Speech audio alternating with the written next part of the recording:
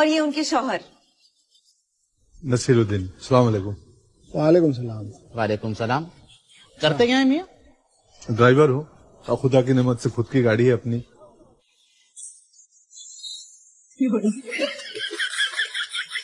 Second hand है, second hand. एक नया प्रोजेक्ट चल रहा है, नई भी ले लूंगा। ये बढ़िया था। यदि आपको इस मूवी का नाम पता हो तो कमेंट सेक्शन में बताने का कष्ट अवश्य कीजिएगा। तो राम राम मेरे प्यारे भाई बहनों की हालचाल मजामा। एक बार फिर से आप सबका स्वागत है अपने चैनल द पेट्रियट ऑफिशियल में, और मैं आपका भाई दुर्गेश लेकर आ चुका हूँ एक और नई वीडियो।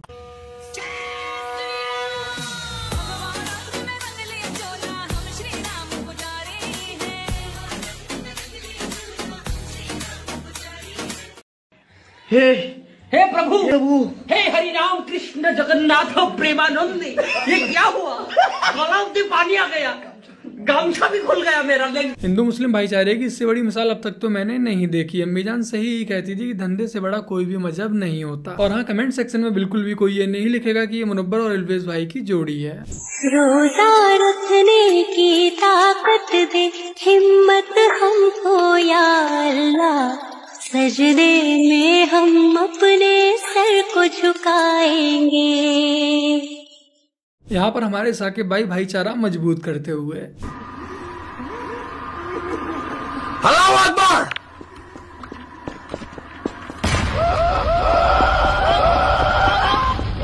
ये भाई इस प्रोसेस को भली भांति जानता है कि फेंकने से पहले एक्टिवेट कैसे करना है। मेरी एक टांग नकली है। मैं हॉकी का बहुत बड़ा खिलाड़ी था। एक दिन गलती से उदय भाई के लिए मेरे मुंह से गलत निकल गया तो मजनू भाई ने मेरी हॉकी स्टिक से मेरी टांग के टुकड़े टुकड़े कर डाले। हर चुनाव से पहले मुमताज बानो की कुछ यही हालत हो जाती है कि जनता को आखिर चुनाव के समय में इमोशनली फूल कैसे बनाना है। इनकी बातों का आप कुछ भी मतलब निकाल सकते हैं।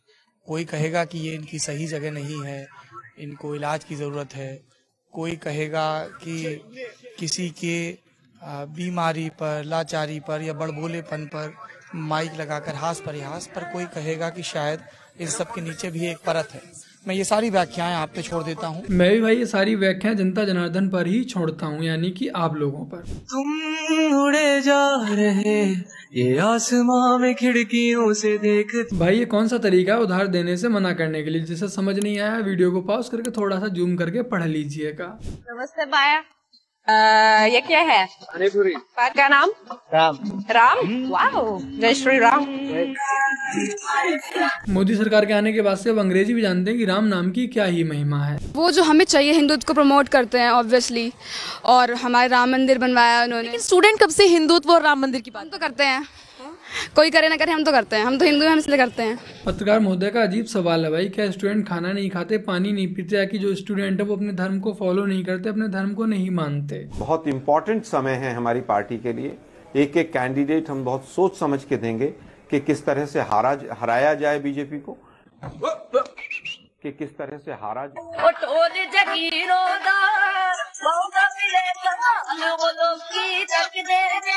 ये कांग्रेस का प्रवक्ता है बट पक्का अंदर से बीजेपी का सपोर्टर ही है। तो चाचा अंदर की बातें बाहर मत निकालो। अरे बेटा, अगली बार किसको वोट दे रहे हो? मैं तो कांग्रेस के दूंगा चाचा। अरे एक बार बीजेपी को दे करके देखो। नहीं चाचा, मैं कट्टर कांग्रेसी हूँ, मैं कांग्रेस के दूंगा। अरे बेटा, ये बीजेपी देशभक्ति पार्टी है, इसको एक बार वोट दे करके देखो। अरे चाचा, आप समझते क्यों नहीं है? मैं कट्टर चमचा हूँ। मैं जब भी वोट दूंगा कांग्रेस को ही दूंगा, कांग्रेस को ही दूंगा, कांग्रेस को ही दूंगा। ले बेटा, अभी बता दे भाई, ये वोट अपना जो है बत्ती बना करके पिछवाड़े में डाल ले। इस बार तो वैसे भी बीजेपी 500 सीट से ज्यादा ला रहा है। समझो इस बार भी आएगा तो फिर से मोदी ही। अगर बीजेपी वाले दिमाग लगा करके मशीन हैंग कर सकते हैं तो हम भी तो दिमाग लगा करके बीजेपी को गिरा सकते हैं। बीजेपी अगर मशीन हैंग करके दूसरे चिन्ह का वोट अपने चिन्ह पर ले लेती है तो भाई साहब हम बीजेपी का चिन्ह दबा करके और अपनी पार्टियों को वोट लेंगे आपके।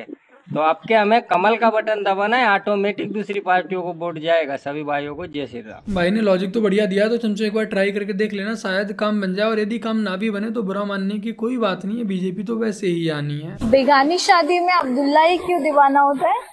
क्योंकि अब्दुल्ला घुसपैठिया है। सीधी बात, नो बकवास। अगर तुम्हें इस तक गुजरना है तो पहले मेरे से गुजर के जाना पड़ेगा। मेरी बहन सबसे मजहब की यही तो खूबसूरती है। आपने निकाह देखा क्या हुआ? मत बोल ऐसा, हम लोग वैसा कबूल कबूल बोले हो जाता है निकाह। अभी साथ मेरा निकाह हो गया, तलाक तलाक तलाक। ये आई थी सिंगल, जाएगी डिवोर्सी। मुनव्वर फारूकी इल्वेज भाई की कंट्रोवर्सी में भी दिमाग से खेल गया था और यहाँ भी दिमाग से खेल गया। निकाह से लेकर 3 तलाक तक तो पहुंच गया, बट तलाक के बाद जो हलाला की प्रोसेस थी वो बताना भूल गया। अगर यहाँ पे बता देता तो शायद मजहब खतरे में आ जाता। फंड करवाए अभी और हम जी आप बता रहे हैं कि फ्यूल नहीं है। अच्छा जी, तो इसका क्या सोल्यूशन है जी? आप मुझे नहीं एक सेकंड, इसका क्या सोल्यूशन है आप जरा ये बताइए। हमें 4 o'clock तक हम 4 o'clock तक वेट नहीं कर सकते। हम सुबह के उठे सुबह 3 अपॉइंटमेंटें कैंसिल कर चुका हूँ मैं। 3 अपॉइंटमेंटें कैंसिल कर चुका हूँ और आप कह रहे हैं कि फ्यूल नहीं है। फ्लाइट PK 203 में फ्यूल नहीं है। ये जी अमला खुद इस चीज का इतराफ कर रहा है जी। ये हालात हो रखे हैं समय पाकिस्तान में कि उनकी फ्लाइट उड़ाने के लिए, फ्लाइट में डालने के लिए फ्यूल तक के पैसे नहीं है। और ये सब है आपके एक सही वोट की वजह से। तो कृपया करके सही सरकार चुनते रहें और पाकिस्तान को ऐसे ही कटोरा लेकर भीख मांगने पर मजबूर करते रहें।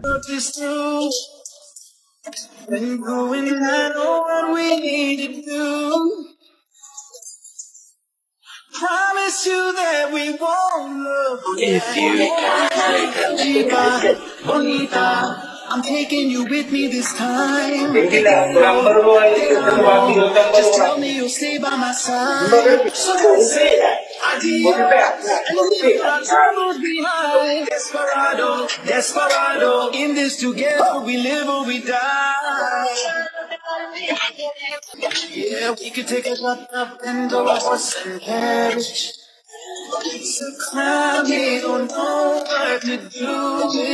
और कितना विकास चाहिए चमचो, अब तो भिखारी भी आईफोन लेकर घूम रहे हैं। तो मुझे भी ईवीएम पे फिर मैं रात सोच रहा था ये प्रश्न तो आएगा जरूर। तो फिर रात को मैंने कुछ लिखा अपने हाथ से, वो फिर आपको सुनाता हूं।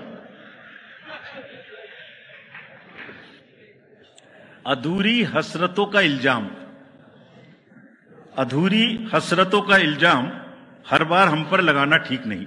ये ईवीएम कह रही है, मैं नहीं कह रहा हूं। अधूरी हसरतों का इल्जाम हर बार हम पे लगाना ठीक नहीं। वफा खुद से नहीं होती, खता ईवीएम की कहते हो। और बाद में गोया जब परिणाम आता है तो उस पे कायम भी नहीं रहते, आप ही के पक्ष में रिजल्ट आ जाता है। ये क्या बात है भाई, कितने दिन? EVMs are 100%। यही तो दोगलापन है इनका। अगर हार गए तब EVM है कोई और जीत गए तब EVM पर चुप्पी साध लेंगे, ना कि खुद पर मंथन किया जाए। हिंदुस्तान की सब गरीब महिलाओं को बैंक अकाउंट में, हर गरीब महिला को बैंक अकाउंट में साल का 1 लाख रुपया हमारी सरकार डालने जा रही है। साल का 1 लाख रुपया हमारी सरकार डालने जा रही है।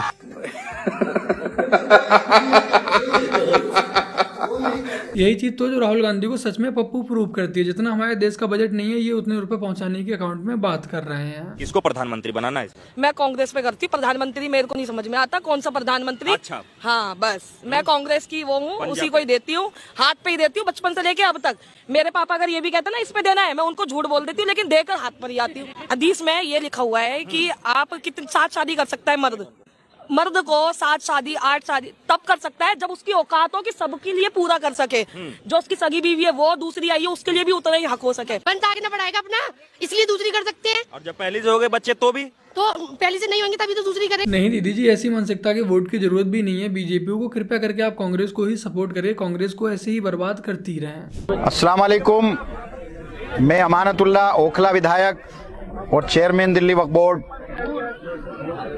आज हमने यहाँ जो परसों रोहिंग्या के लोग जिस कैंप में रहते थे 1 महीने का राशन और 10-10 हजार रुपया कैश मैंने दिए हैं हर एक फैमिली को 10,000 रुपया। ये वीडियो पुरानी जरूर है बट यही आम आदमी पार्टी की सच्चाई है। ये अपना वोट बैंक बढ़ाने के लिए, अपनी कुर्सी बचाने के लिए देश को भी बर्बाद करने से पीछे नहीं हटने वाले। आप खुद विचार कीजिए कि आज जो हमारे देश में रोहिंग्यों को बसाया जा रहा है, उनके लिए फ्लैट बनवाए जा रहे हैं, फ्री का राशन दिया जा रहा है, फ्री की बिजली, फ्री का पानी दिया जा रहा है और उन्हें 10,000 रुपए बांटे जा रहे हैं। ये कहाँ से दिए जा रहे हैं? कोई अपनी जेब से नहीं दे रहा, हमारे और आपके टैक्स के पैसों पर ही इन्हें पाला पोसा जा रहा है। और फिर ये वही रोहिंग्या जिनकी वजह से आज हमारे देश में क्राइम रेट बढ़ता जा रहा है। बट अगर हम वहीं पर बात करें पाकिस्तान, अफगानिस्तान, बांग्लादेश से सताए हुए हिंदू शरणार्थियों की, जो कि भारत में आए, अगर उनको नागरिकता देने की बात होती है तब इनको मिर्चें लग जाती हैं। क्या होने वाला है यहाँ बंगाल में? भाजपा क्यों? क्योंकि मोदी सरकार जो कर रहा है ये बहुत डेवलपमेंट वर्क कर रहा है, इसलिए इंफ्रास्ट्रक्चर डेवलपमेंट सब कुछ कर रहा है। इसलिए सब कुछ कर रहा है मतलब infrastructural development, social development, national development. नौकरी कितना दे दिया मोदी सरकार ने? 6.5 साल में कितने लोगों को नौकरी दिया? बहुत दे दिया। अच्छा, 2 करोड़ हर साल बोला था तो 6.5 साल में कम से कम 12-13 करोड़ को मिलना। हाँ बिल्कुल मिल गया किसी न किसी सेक्टर में मिल गया। जैसे मोदी जी ने कहा पकौड़ा तलना भी रोजगार है, तो कर दे 2 करोड़। बिल्कुल दे are part of industry, any kind of, I would like to say enterprises. तो सर ये बताइए कि क्या मोदी जी के प्रधानमंत्री बनने के पहले देश में पकौड़ा तलते थे कि नहीं? लोग चलते तो थे, तो वो मोदी जी ने कह दिया तो उसके बाद पकौड़ा तलना रोजगार मोदी जी। ऐसा बात ऐसा नहीं है कि ये करने की मतलब this is part of running a persons life, so it is okay. थोड़ा समझेगी मतलब somebody is running his life in some way or the other but legally, so it is okay, why not? चलिए, मतलब वो बोले कि हम हर साल 2 करोड़ लोगों को रोजगार देंगे, जीत जाएं और पकौड़ा तलने के लिए कह दें तो भी ठीक है। हमें ठीक है, इट्स ओके। देखिए, तो इसी को कहते कट्टर समर्थक कि ठीक है जो भी कहते हैं पकौड़ा तलिए, BA MBA करके, MBA करके और जो भी पढ़ाई करके और उसके बाद पकौड़ा तलिए, कोई दिक्कत नहीं है। वकील साहब थे, तो ऐसे समर्थक भी होते हैं और यही बीजेपी की ताकत है। और ऐसे समर्थकों के सामने सारी दलीलें दम तोड़ देती हैं। न खाता न बही, मोदी जी ने जो कही वही सही। हालांकि ये मुहावरा सीताराम केसरी के लिए। वाह निष्पक्ष पत्रकार खुद चाट कर चाटुकार बन गए और उसे कट्टर समर्थक कह रहे हो। नरेंद्र मोदी का दूसरा कार्यकाल चल रहा है, भारत में मुस्लिम समुदाय का भविष्य क्या है? भारत में मुस्लिम समुदाय का भविष्य, ये सवाल अपने आप में, जो हिंदुस्तान का भविष्य है वो हिंदुस्तान में रहने वाले लोगों का भविष्य, उसमें मुसलमान भी शामिल।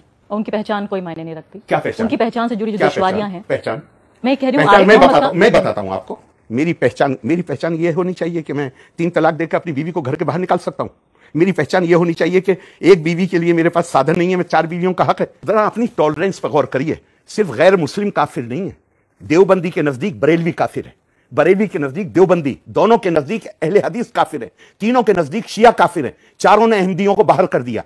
जरा अपने एटीट्यूड पर गौर। बेचारी चाटुकार पत्रकार बातें कर रही, एक तरफा मुंह की खा रही चारों तरफा। जब हम पाकिस्तान से आए थे बड़े दुखी थे, हमें आस बड़ी लगा के बैठे थे। आज 12-13 साल बाद हमें आज अपना लिया भारतवासियों ने। हमें धन्यवाद है सब लोगों का। भाई हम ना थोड़ा सब लोगों ने सहयोग करा है। आज हमारे को नागरिकता मिल गई, हमें बहुत बड़ी खुशी की बात है। हमने इस बेटिया का नाम नागरिकता रखा था। अच्छा, इस बेटी का नाम हम नागरिकता रखेंगे? नहीं, रखा हुआ है।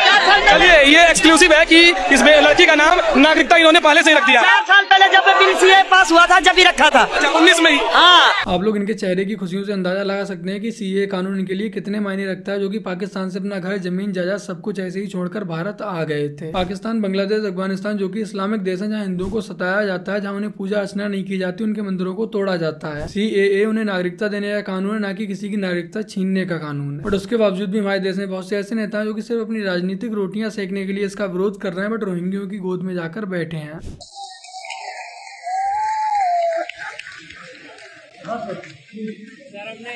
सर हमने इतना बड़ा ये कार्यक्रम देखा नशा मुक्ति अभियान का, और यूनिवर्सिटी नशे का सबसे बड़ा एपी सेंटर है।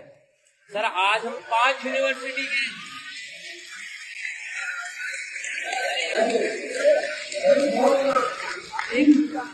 सर हम 5 यूनिवर्सिटी के बच्चे यहाँ पर, 4 यूनिवर्सिटी के बच्चे यहाँ पर बैठे हैं।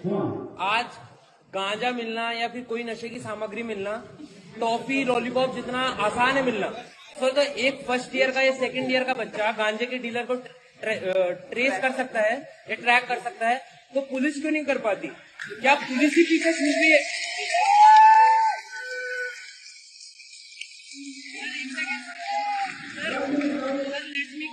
लेट मी कंप्लीट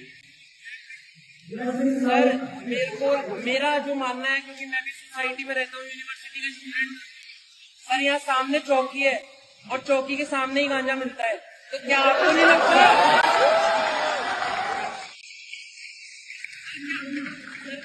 लगता कि ये पुलिस की नाकामी है? भाई के इस जज्बे को सैल्यूट करना तो बनता है, और ऐसे ही हर किसी में सवाल पूछने की हिम्मत होनी चाहिए, क्योंकि आपकी आवाज उठाने पर ही आपकी सोसाइटी में बदलाव आएंगे। तो बस मेरे प्यारे भाई बहनों, आज की अपनी इस वीडियो में इतना ही। वीडियो को लाइक, शेयर, कमेंट और अपने चैनल को प्लीज सब्सक्राइब आज से कर लीजिएगा। और बहुत सी वीडियो क्लिप्स ऐसी होती है जिन्हें मैं यूट्यूब कम्युनिटी गाइडलाइन की वजह से यूट्यूब पर यूज नहीं कर सकता हूँ, तो उन सभी वीडियो क्लिप्स को मैं अपने व्हाट्सएप चैनल पर पोस्ट कर देता हूँ। अगर आप लोगों ने अपने व्हाट्सएप चैनल को ज्वाइन नहीं किया है तो व्हाट्सएप चैनल का लिंक आपको नीचे पिन कमेंट और डिस्क्रिप्शन में मिल जाएगा, लिंक पर क्लिक करके चैनल को भी ज्वाइन अवश्य कर लीजिएगा। चलिए मिलते हैं नेक्स्ट संडे, तब तक के लिए जय हिंद, वंदे मातरम, जय श्री राम।